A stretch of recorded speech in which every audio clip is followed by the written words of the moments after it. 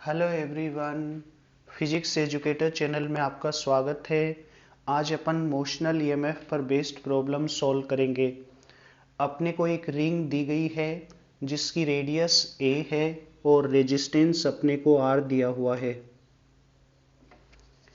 इस रिंग को एक रेडियल मैग्नेटिक फील्ड में रखा गया है। मैग्नेटिक फील्ड का मैग्नीट्यूड ओरिजिन से डिस्टेंस r पर इस एक्सप्रेशन से देंगे b is equal to beta upon r square. अब इस रिंग को कांस्टेंट वेलोसिटी v से x एक्सिस के अलोंग मूव कराना है। इसके लिए कितना फोर्स लगाना होगा ये हमें पता करना है। तो चलिए अपन इस प्रॉब्लम को सॉल्व करते हैं। सबसे पहले अपन रिंग में इंड्यूस्ड ईएमएफ पता करते हैं। इसके लिए मैं रिंग का एक छोटा सा एलिमेंट कंसिडर करता हूं। ये एलिमेंट मैं कंसिडर कर लेता हूं। इस एलिमेंट को अपन dl वेक्टर से डिनोट कर देते हैं। इसमें इंड्यूस्ड ईएमएफ को अपन ये लिखेंगे dE is equal to v vector cross b vector dot dl vector. v vector cross b vector का मैग्नीट्यूड ये होगा vb साइन थीटा, क्योंकि v वेक्टर और b वेक्टर के बीच में एंगल थीटा है।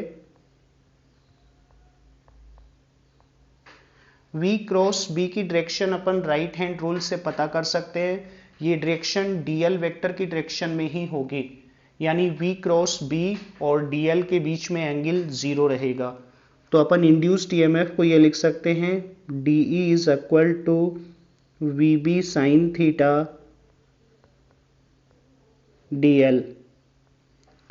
अब पूरी रिंग में इंड्यूस्ड ईएमएफ पता करने के लिए इसको इंटीग्रेट करेंगे। vb साइन थीटा तो इंटीग्रेशन साइन से बाहर आ जाएगा। dl को इंटीग्रेट करेंगे तो dl का इंटीग्रेशन हो जाएगा 2 पाई a, तो ये आ जाएगा 2 pi a vb sine theta. b ring की लोकेशन पे मैग्नेटिक फील्ड है। रिंग की लोकेशन पे मैग्नेटिक फील्ड को अपन ये लिख सकते हैं बीटा अपॉन आर स्क्वायर, जहां पे r रिंग के एलिमेंट की ओरिजिन से डिस्टेंस है।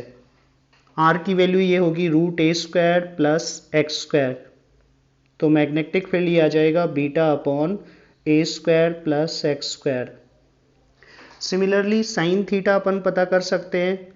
साइन थीटा ये हो जाएगा a अपॉन आर या a upon root a square plus x square. अब मैग्नेटिक फील्ड और साइन थीटा दोनों की वैल्यू अपन ईएमएफ के एक्सप्रेशन में रख देते हैं।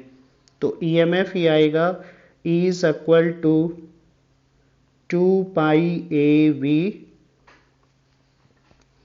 बी की जगह रखेंगे beta upon a square plus x square, और साइन थीटा की जगह रखेंगे a upon root a square plus x square. यानी इंड्यूस्ड ईएमएफ ये हो जाएगा E इज इक्वल टू 2 पाई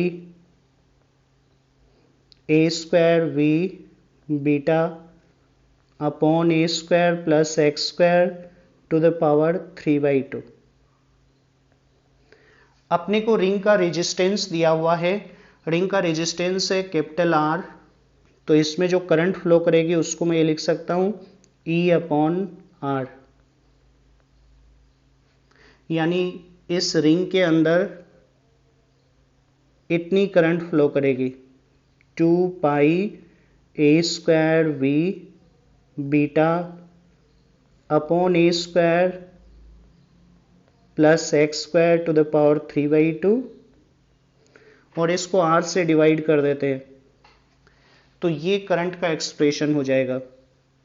एक बार अपने को करंट पता लग गई तो मैग्नेटिक फील्ड में एक मूविंग कंडक्टर जो है उसके ऊपर फोर्स लगेगा, करंट कैरिंग कंडक्टर पे फोर्स लगेगा। अब अपन वो फोर्स कैलकुलेट करेंगे। रिंग पर मैग्नेटिक फोर्स कैलकुलेट करने के लिए अपन रिंग का एक छोटा सा एलिमेंट कंसिडर करेंगे। मैं ये एलिमेंट कंसिडर कर लेता हूं।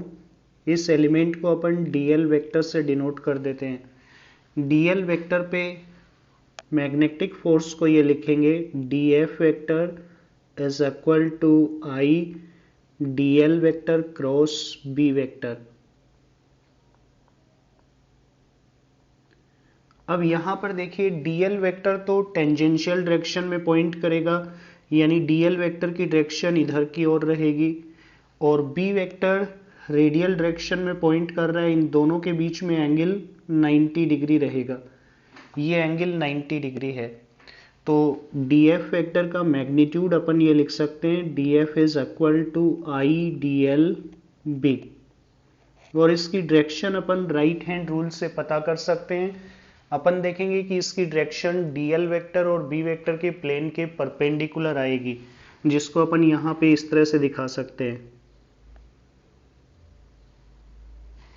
ये df वेक्टर होगा। df के दो कंपोनेंट हो जाएंगे, एक हॉरिजॉन्टल कंपोनेंट आएगा जो इधर की ओर पॉइंट करेगा, और एक कंपोनेंट नेगेटिव एक्स एक्सिस के अलोंग पॉइंट कर रहा होगा। अब यहाँ पर देखिए ये एंगल और ये एंगल अल्टरनेट एंगल हैं, तो ये एंगल थीटा होगा, ये 90 माइनस थीटा हो जाएगा, तो इस एंगल को अपन थीटा कह सकते हैं। तो अपने पास ये एंगल थीटा रहेगा, यानी df का एक कंपोनेंट होगा df cos थीटा और दूसरा कंपोनेंट होगा df sin थीटा। अगर मैं डायमेट्रिकली अपोजिट पॉइंट पे अनोदर एलिमेंट कंसिडर करूं, अब की बार अपन ये एलिमेंट कंसिडर करेंगे, तो इस एलिमेंट पे फोर्स इधर की ओर आएगा, उसका मैग्नीट्यूड भी df रहेगा, जिसके दो कंपोनेंट हो जाएंगे। Vertical component df sin theta होगा और horizontal component df cos theta होगा। अपन ये देखेंगे df cos थीटा तो कैंसिल हो जाएगा, यहाँ पर ये df cos थीटा और ये df cos थीटा दोनों एक दूसरे को कैंसिल कर देंगे, जबकि df sin थीटा ऐड हो जाएगा। तो नेट फोर्स कैलकुलेट करते वक्त अपने को केवल फोर्स के वर्टिकल कंपोनेंट को इंटीग्रेट करना है, यानी रिंग के ऊपर नेट मैग्नेटिक फोर्स ये हो जाएगा integration df sin theta. df की वैल्यू रख देते हैं, तो ये आ जाएगा integration I dl b sin theta. I b sin theta ये तो बाहर आ जाएगा, dl का इंटीग्रेशन हो जाएगा 2 पाई a, तो इसको अपन ये लिख सकते हैं 2 pi a I b sin theta. I की वैल्यू अपन ऑलरेडी कैलकुलेट कर चुके हैं, तो मैं I का एक्सप्रेशन यहां से उठा लेता हूं।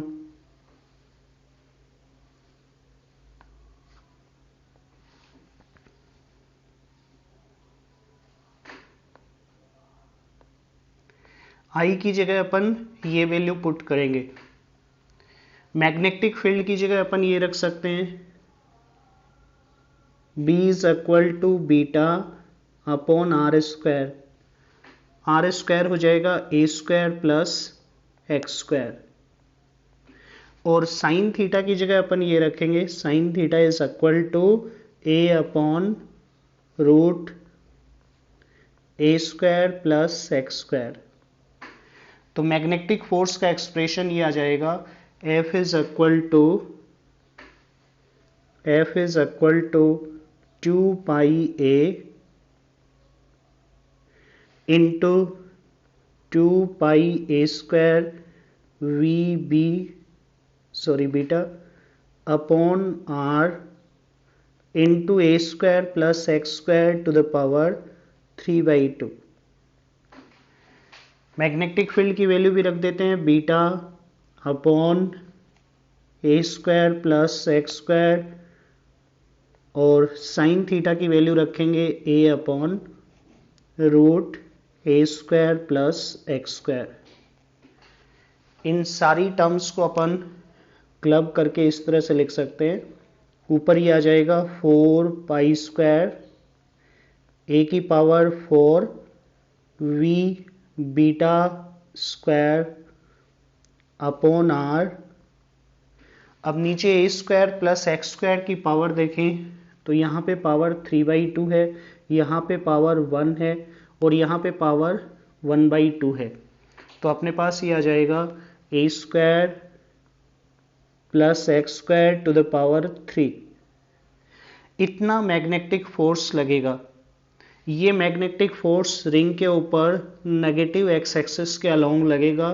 तो इतना ही एक्सटर्नल फोर्स लगा के अपन रिंग को कांस्टेंट स्पीड से एक्स एक्सिस के अलोंग मूव करा सकते हैं। तो ये अपना आंसर हो जाएगा।